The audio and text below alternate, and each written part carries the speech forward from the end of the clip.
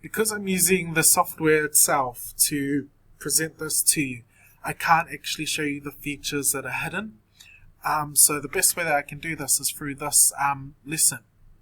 Now, when you open the software for the very first time after you've installed it, this will pop up. And from here, you need to select Free Recorder. Now, again, don't worry, none of your assignments will require you to do any videos longer than 15 minutes, which is one of the limitations that you'll get. Now, when you first open it, after you've clicked Free Recorder, this screen should pop up. And you should see this on the left. And most likely you'll see this on the right, but it will be blank. Now, just before I go any further, I'm going to explain each option here. Now, when you click on here, it'll only record your computer screen. If you click here, it'll just record your web camera.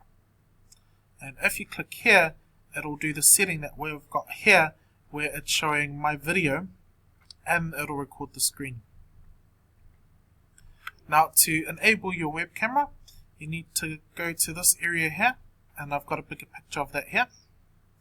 And when you click on this option here, it'll give you a list of which web cameras that you're wanting to use. Now, your laptop will only have one web camera, so you should just click and make sure when you click, it'll show a tick next to HP HD webcam fixed.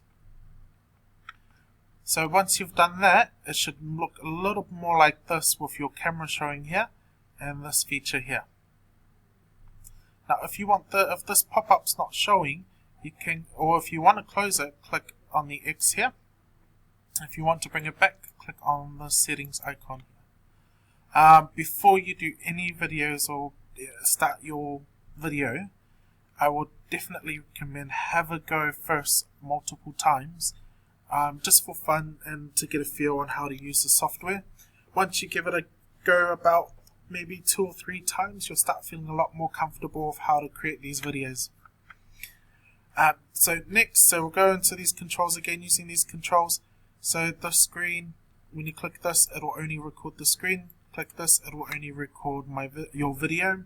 And you click this, it'll record both the screen and your video. And you can see that these options exist here as well while you're recording. So I'm going to show you here. If I click here, it will record just my video. If I click here, it'll record just like how I am. And then this one will show the screen. So I'm going to test that on my one. So you can't see it here, but here, these options are showing on my screen. So I'm going to click the far left one. And that's just showing me. And I'll click the center one, and that shows both of us, and I'll click the last one, and it should just show the screen. So let's go back to showing both of us, both the screen and my mug. Now it's time to start recording. So when you start the recording, you'll press this option here to start recording. And then if you're ever needing to pause the recording, or while you're recording, at the bottom left you'll see this option here. And this counter will go to give you an indication that it's still recording. For me, I can see that right here, but you won't be able to see that. Now, if you click on pause the recording, so say something happens, maybe you get a phone call and you don't want to lose this video, but you want to keep going, what you can do is you can pause, and this will come up here. If you want to resume your recording, you can click to record again, and it'll resume, giving you a countdown on when it'll start recording. There's a play option here. If you feel you made too many mistakes and it happens, click here and it'll give you an option to trash everything it's done so far and start over again. If, however, you're done with your recording and you're ready to let it go, click on the done option here. Now, once you've clicked on done, it'll take you to a screen to preview the whole video again, and on the right of that it will show the options here. Now what you want to do is save the video as a video file that will save it on your computer. If you click on this option will come up. Now don't worry about changing the type, keep it as is. Change the file name to maybe your name and your student ID number. In the folder section here, that's where it saves it. So you can click on the folder and browse and decide which folder you want to save this in. When you click on publish, that's when it'll start downloading the video and saving it. So don't close anything until after it's reached 100%. Now let's go through some general tips. So you're probably wondering, how do I make my presentation with my video on the side and a screen on the left? So I'm going to show you how to do that. I do that with PowerPoint. So you should be familiar with how to use PowerPoint by now. I'm bringing up one that I've used for an assignment myself as a student. So I'm just going to open this PowerPoint. And so the PowerPoint's opening up here.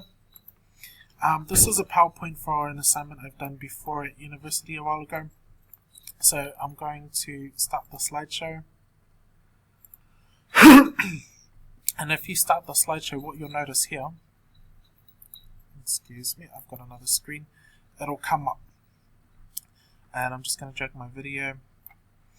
And so what you can do when you do your video is you can have your video on the side here, discuss each slide, click to change to the next slide, and there you have your evidence. And you'll notice here that I've done my referencing here. So you'll notice that this is one of the examples of my assessment. I've got pictures here, and I've also got here the website to acknowledge the sources that I've gotten information from. So I'll talk about X, Y, Z, and then you'll have the source here. So remember, you don't want to focus too much on putting all the text in your PowerPoint. What you might want to do is just put a little bit of text and then put your APA referencing or your links here on where you found your information. Towards the end of your assessment, you might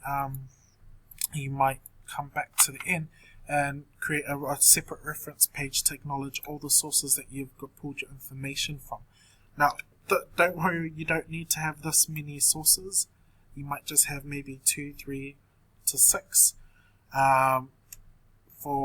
depending on which level you're doing your assignment for. And that's how you create a PowerPoint. You may choose a different format for your assessment, but again, that depends on the requirements of what your assessment are. If in doubt, do contact your facilitator or your student coach for more clarity or information.